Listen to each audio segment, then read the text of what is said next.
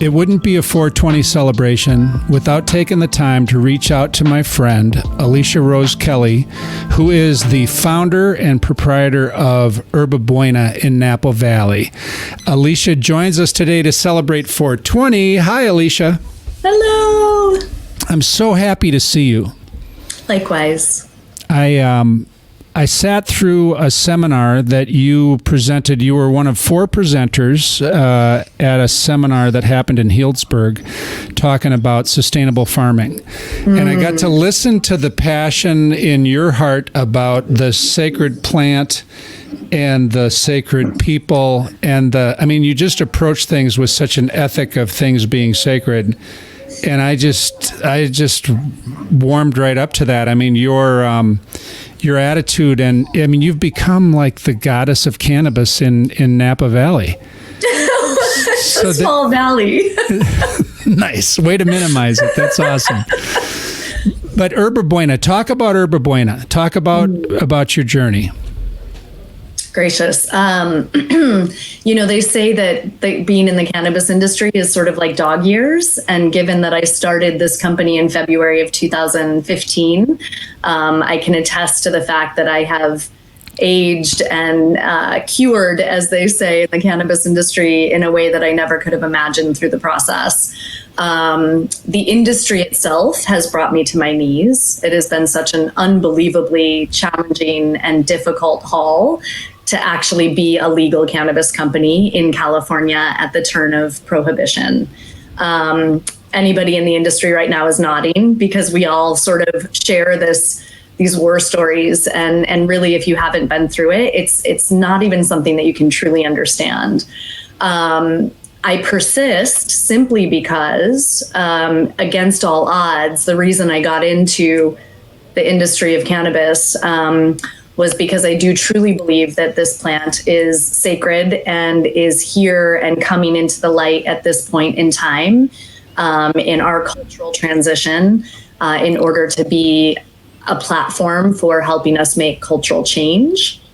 So for me, starting a cannabis company was never about the green rush or about really cannabis specifically. It was more about a way to create dialogue and raise consciousness within the context of that dialogue in order to bring about higher consciousness and understanding how we ourselves relate to each other as community, how we are embodied and relate to our own higher selves, and of course, how we relate to the earth and to the planet. And so Herba Buena has always been known as a conscious cannabis company for that reason, is that it is about consciousness. It's not at all ever about just getting high. And in the context of cannabis, you'll often hear me talking more about regenerative farming and biodynamic principles and earth-centered consciousness than about the plant itself. And so that is probably why you and I, came together is I'm concerned about bringing this plant to the forefront within the context of what I believe to be her highest expression, because that's the only way that we're going to raise consciousness. It's not through corporate industrialized farm practices and the bastardization of this plant through things like distillate. So if people ask me what's Alicia Rose Kelly about, my word for you would be healer. The choices you make, the way you express yourself, it's about healing. It's about healing the planet. It's about healing people. It's about healing thinking. It's about healing the way we communicate with each other and how we regard each other. That's pretty much you in a nutshell. It's about healing. Are you nodding? Are you with me on that? I am nodding, and in fact, I have the chills because that means so much to me. Thank you for recognizing that. So here's a trip with healers. So I've been exposed over the course of my life with a lot of people in the healing end of things, and there's people who their personalities and their egos get in the way, and there's people that allow their healing arts or their healing capacity to come forth without their ego getting in the way. Right. So, for example, you go to and I'm not deprecating any of these endeavors. You go to a healer, you go to a psychic, you go to a massage therapist, you go to a Reiki master, you go to any of these people. You have some of them that are just really tuned in and it's not about them, and it's about delivering the greatest amount of healing without interference. And then you get people that it's about their personality, it's about their book, it's about their practice, it's about their personality and how they show up on the talk shows. Cannabis gives you a unique platform to talk about healing, because the evidence of healing is undeniable with the experiences people have had with the plant in all of its forms. Yes. In flower form, in distillate form, in the different products. I mean, you created a product called Quiver Oil. It has been a raving success for Herba Buena, and it's around pleasure. It's around people taking care of themselves and sharing intimacy together. It's a. If you want to talk about that, it's better for you to talk about it than for me to talk about it. Are you blushing right now, Drew? A little bit, yeah. Yeah, I mean, it's interesting. In 2015, the cannabis industry was very different. And I had used cannabis, since I can remember, probably younger than I probably should admit, as a way to bring about greater balance in my own life. I'm a, typical type A overachiever. And with that comes, stress levels and things that, prevent us from operating as our highest selves. And so cannabis was always the great equalizer for me. Bringing me back into my body and allowing me to be heart-centered and embodied in a way that I could make good decisions about the way it felt in my body rather than what my mind chatter was telling me. And this process of nurturing versus extraction is something, cannabis is the ultimate giver, right? She is the ultimate healer, and she heals so many things within the context of our bodies because she is the great equalizer. And her job is to create greater homeostasis and balance by allowing us to tune in. And so for me, when I started the company, you'd go to the cannabis dispensaries, medical cannabis dispensaries at the time, and it was, you could smell the petrochemical fertilizers in the bud. And people were, mistakenly calling that dank, which is just a horrifying thought even to this day, and still happens. We have to flush our weed before we can, jar it is one example of what a terrible, thing that we've done to this plant, that if you have to flush something before you give it to somebody, there's just an intrinsic issue, right? So, there also were not a lot of products at that time that were meant for women, right? Specifically, it was all about the dude culture and getting as high as you possibly could with as little weed as possible. And so, the higher the THC, the more valuable the cannabis. And to this day, that is, I think, a tragic remnant of the black market and the male extractive quality that came into this plant's world and, purview. So there weren't a lot of products out there that I wanted to put in my body, right? I certainly didn't want products that hadn't been tested. So from the very beginning, we at Herba Buena were doing third-party testing before the labs were even caught up, right? I would get crazy results from test results because the labs were just learning how to actually test for all of these things. But that was a commitment that I made to myself and something that I made to all of our patients and customers at that time, that everything was third-party lab tested, even in 2015. So that was a huge leap in quality standards in and of itself. And then, sourcing the first certified biodynamic cannabis was kind of the next step in a way to help me sort of establish a new quality standard for the plant in its highest expression. So it needed to be seed grown from seed, full season, allowing the plant the entire natural growing season to come into its highest and fullest and ripest and most balanced expression.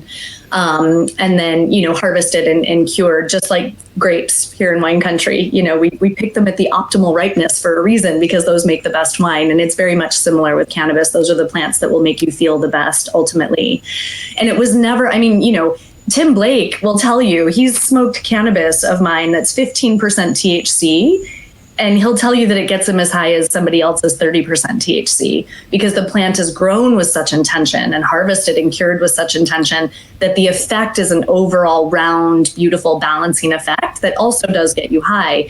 But it's this balanced profile that I think makes us feel the best. And that's the intention of cannabis. So coming back to, 2015, when it was like, the cookies that you would get were 100 milligrams a piece, or the tinctures that you would get were like 1,000 milligrams of THC. The flowers were 30% THC and grown indoors. That was nothing that I wanted to put into my body as a way to regulate and balance and become more joyfully present every day. And so when there was a product that I thought, gosh, that would be a really cool thing for me to take today or have in my life, and I couldn't find it in the market, I would just make my own. And so, without any sort of formal training, I suddenly became an herbal formulator using cannabis and other herbs to create products that suited my lifestyle as a professional working mom, which is very different than, just checking out and getting really high all the time. And so some of those products were tinctures and topicals. And of course, one of them was Quiver, which is, I call my intimate oil, because it's not a lube, right? It's not just meant for people to come together and have intercourse, although it is awesome for that as well. But I actually created it as a way to become, again, more embodied and more making decisions from my own body's heart center and intuition. Getting out of the chatter of my mind and becoming more embodied. And so it became a practice for me to use this product. It wasn't about, having sex, although again, it's awesome for that. But the reason I made the product was for this embodiment practice, and tuning back into my own body and reuniting with my own sensuality.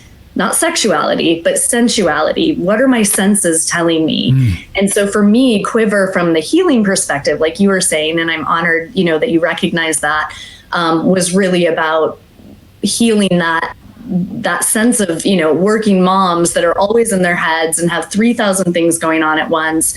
Finding that embodiment can oftentimes be difficult, and you become very detached from your senses. And men have these issues too. And so it is, obviously equally beneficial for both men and women and all the things in between. So that's why Quiver was developed. But yeah. So in just 2 words, you hit absolutely knocked it out of the park for me. Joyfully present.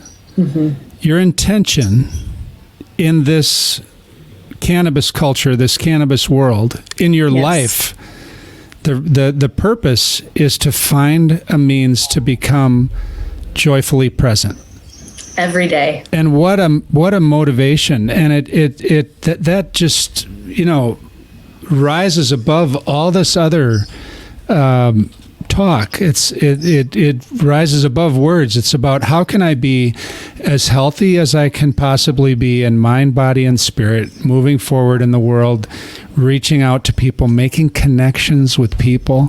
I mean, my connection with you is undeniable. I just have loved you since I first listened to you speak. You've been incredibly kind to us. In an industry, the underlying ethic in the cannabis industry, I'm starting to sound like a broken record. The underlying ethic in the cannabis industry is altruism. It's about people being real with each other, people being kind, honest, respectful, tolerant, patient, understanding, generous, gracious. I mean, these are the words that describe the cannabis industry that I've been exposed to. And there are people, there's energy that comes in and out of the industry that's, harsher and more selfish and more negative, but that tends to pass quickly. My hat goes off to you, first of all, for being just an awesome human being. And from the business standpoint, you've survived. Your brand has survived a brutal California circumstance, legal regulatory circumstance that dragged you through the mud in 18, dragged you through the mud in 19. You presented your brand, you stood up your brand, you receded, you went away, you've come back, you've been a tremendous amount of determination and commitment to this joyful presence that you're trying to be, this frequency that you're trying to put out there in the world. Yes. I just adore you. I just think you're one of the coolest people I've met in the industry. And I'm just honored that you join us to celebrate 420 today. Yeah. And the best thing about 420, I talk to a lot of people about, that time of day when they take they go out and get baked or whatever. We have our safety meeting. The safety meeting. It's old school. That's great. But the thing I love about it is it's a day that really stands out as a day of activism. Yep. It's a day of people speaking their truth about the plant. And it had a lot to do historically with the legalization process, or the protest movement, if you will, before the legalization process. So to honor that is a big deal. And I'm looking forward to getting you back on the podcast so that we can talk about Herba Buena in the present tense, as far as what the products are and what the goals are and what the dreams are. And I just can't thank you enough for joining us today to celebrate 420. Absolutely. A day to celebrate sacred plant medicine. Thanks for being here, Drew. It's really good to see you. It's a treat to see you. God bless you and your family. I love you very much, and we'll see you again soon. Awesome. Can't wait. Alicia Rose Kelly. Herba Buena is the brand. Joyful Presence is the intention. Just an awesome human being. Glad to have her today.